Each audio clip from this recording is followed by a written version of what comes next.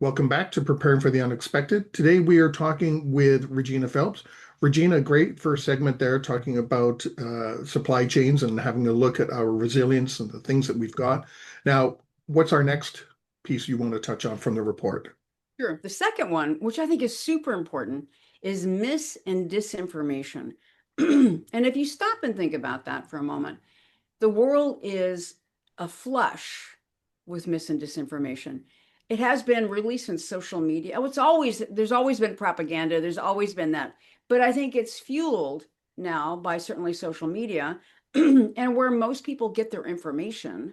I Mm, think there's current studies right now in the United States is over 55% of the wow. population gets their information about daily issues on social media. I Wow. mean, maybe they're following good sites, like the Wall Street Journal or the Globe or somebody like that, or the CBC or the BBC or somebody, but maybe not.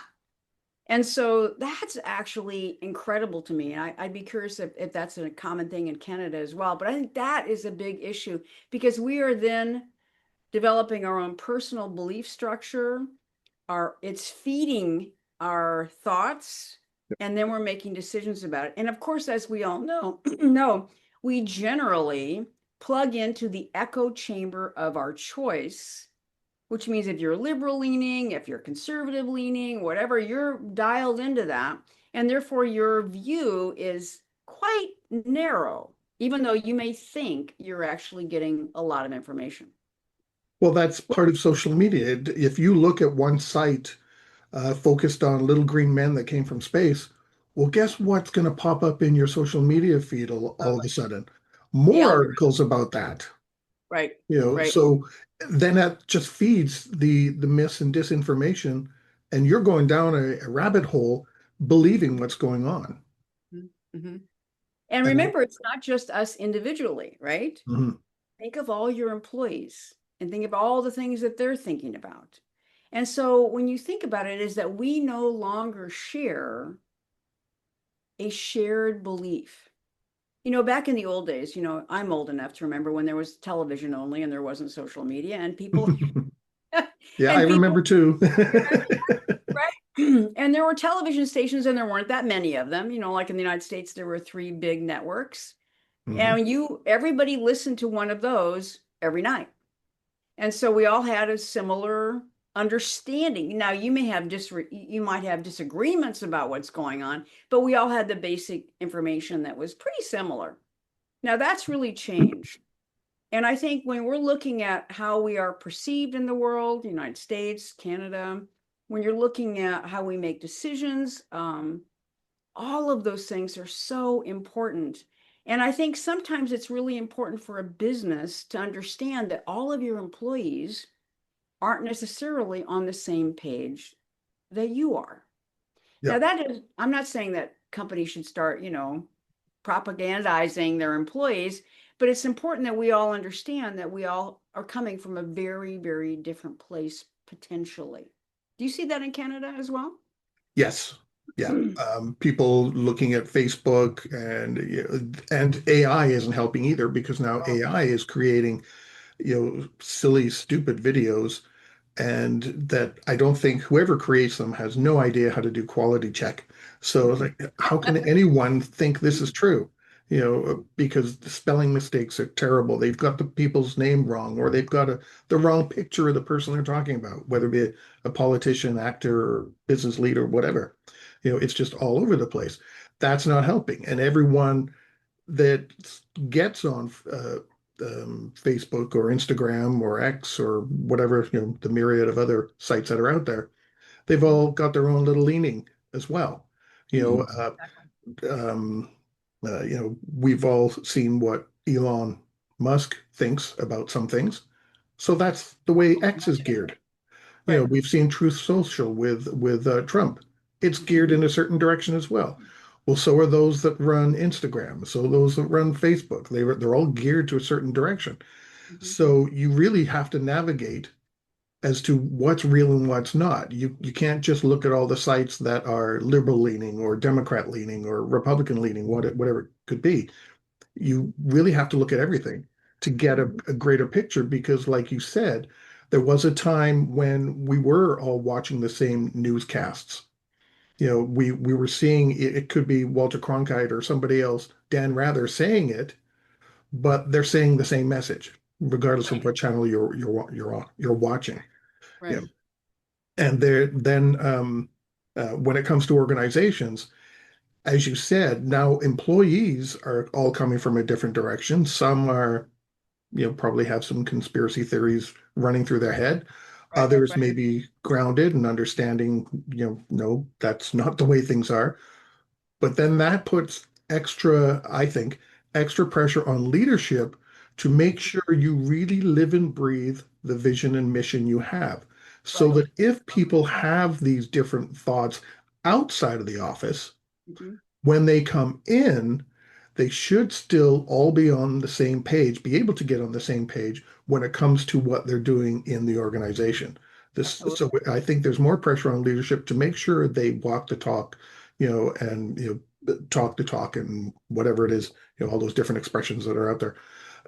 They do what they're supposed to do. If their mission is to be such and such, then make sure their employees see that in what they're doing and what they're saying, communicating. Mhm. There's a pandemic out there. No one travels, but then their leadership are on airplanes going to the Caribbean. Right, right, Well, right. no, now the pressure's on you to really live and breathe what it is you want your organization to do. Mhm. And that's an added pressure because when your employees go home, who knows what it is they're looking up and what they're thinking. They're off in their own land again, and you've got to find a way of bringing all that back in to a cohesive unit. And I think when you mention the pandemic and you think about, again, misinformation and disinformation, that's really, I think, where the rubber hit the road on the issue of misinformation, disinformation, and the workplace. Because many people had very different views about what was happening in the pandemic. Some people thought it was a big hoax. Some people thought masks were stupid. Other people thought they were important. I mean, so you had, and where it really appeared is that when people came to work, especially in the early days, that first year of the pandemic before the vaccines came out, that there was a lot of conflict in offices about things like vaccine mandates or mask requirements or distancing. And so it really showed how mis and disinformation can terribly disrupt the workplace in a way that you would think like, well, how could that be? Oh, yes, it's huge. And so I think in areas in particular, this puts pressure on the communications team and often the resiliency individuals because they need to be informed, properly informed about what's going on, and they need to be able to develop communications, messaging, whatever training they can in order to be able to try and get all of their employees on the same page. I think that is super important. And when you mentioned AI in particular, yeah, there's a zillion billion Mm, videos and all kinds of crazy things out there, but there's also, I see increasingly video manipulation of current events. So, and a good example would be the two tragic shootings in the United States, resulting in the killing of US citizens by ICE agents.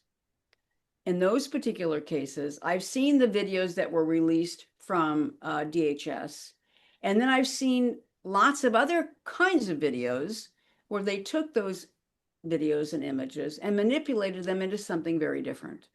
And so I think, again, when you're looking at social media and you're looking at trying to be informed, understand, especially with things like images and videos, that you can no longer believe really if they're yeah, true. I mean, that's kind of horrifying to me, but it's true. And depending on why somebody is changing something, it can have a huge impact on people's belief systems and what they're then professing and agreeing to and believing about. yeah. And then we start moving into the mental health aspects as a result of some of that.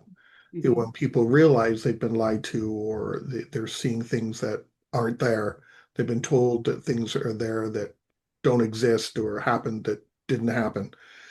Then you've got people now, with mental health concerns because they're stressed, added anxiety, and now bring that to the workforce. Right. Yeah. One more thing, right? Yeah. One more thing. One I, more. I know someone who has three girls, two of them are in therapy because of the anxiety levels they experience Mhm. due to social media.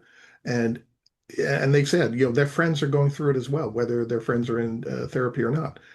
It's social media that's causing it. Well, what's Right. going to happen when they get to the workforce?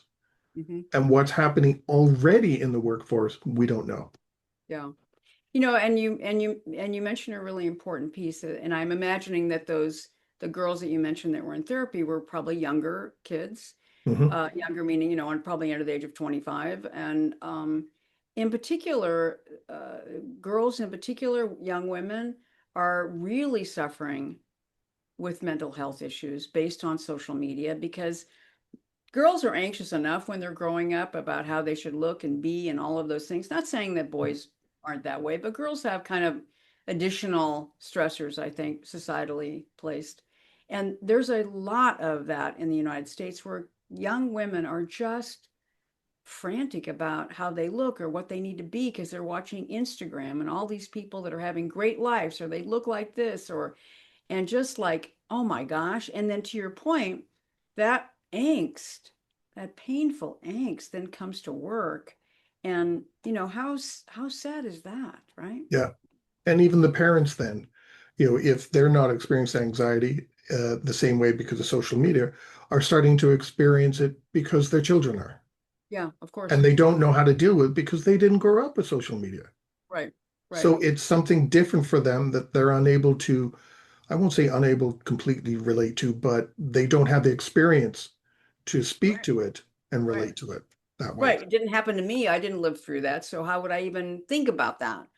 And that's like, with I know I don't have kids, but I have a lot of friends who have kids, and about how you manage their phone use and taking away their phone at night so they're not staying up all night scrolling, doom scrolling on Instagram or whatever, Yeah. so they can at least have their head screwed on in the morning because they got a decent night's sleep. I mean, and just think about that again, tying it back to your families and then tying it back to the workplace. Um, Yeah. Disinformation, how we use social media. And the other thing I would just say about that is that we, the royal we, need to have vigilance about what we look at and what we share. The idea of why clickbait works so well, besides the algorithm, is that they've figured you out pretty well, and they're serving you up whatever you seem to click on the most. Hmm. And if you're not cross-validating that by looking at other sources, then you are just developing an entire mindset that is artificially changed by propaganda, if nothing else. And I think that's important. And I think we need to understand that that's how many of our employees might have created all of their belief systems, is that they never stopped and thought, is that real? Is that Yeah. really real? And then maybe did a few searches because we're all busy, blah, blah, blah. But for me, I post a lot of things on LinkedIn, but I never, ever, ever, ever, ever post anything that I can't validate on at least several reputable sites, not Mm. another Instagram account or not whatever the social media. I need to actually know that it's real. Yeah. Otherwise, I don't put it up. I can't. Because I don't want to, feed the problem. Well, and I would like to point out that it's not just employees, it's also the leadership. Hmm. The Absolutely. leadership has to be accountable for this same sort of thing as well, validating what's going on as well. It's not an us and them, it's Yep. all of us, it's we. Hmm. I think when we talk about, your employees coming into the office, leadership is also employee, is an employee. So they're a part of that too. So they've got to do that same thing they expect everyone else to do. And the other thing I just want to mention too is that if leadership isn't doing that, that can lead to bad decision making for your business. Absolutely. And you're because you're in this headspace, whatever it is, now your decisions are going to be impacted. You could be making the wrong ones for your organization, for your team, for yourself. And to that end, what I would say for all of our colleagues is that I know that maybe this is not a topic area that you think is important to you, but it is. And I would really encourage all of our colleagues to, there's a lot of good resources online about how to deal with mis and disinformation.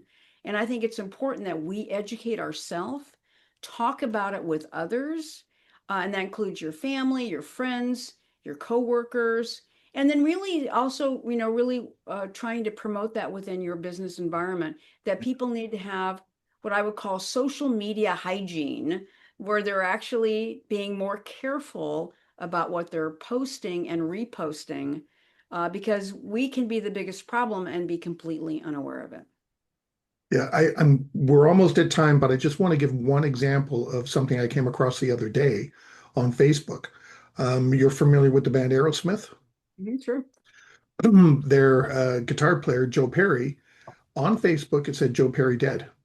And I went, no, that doesn't seem right because I was just on BBC News and I was just on CNN News and checking out, I forgot what the third one was, just checking out a story myself. I said, none of them mentioned Joe They would Perry. say So something, right? I quickly looked it up, if it was true, and sure enough, it was fake.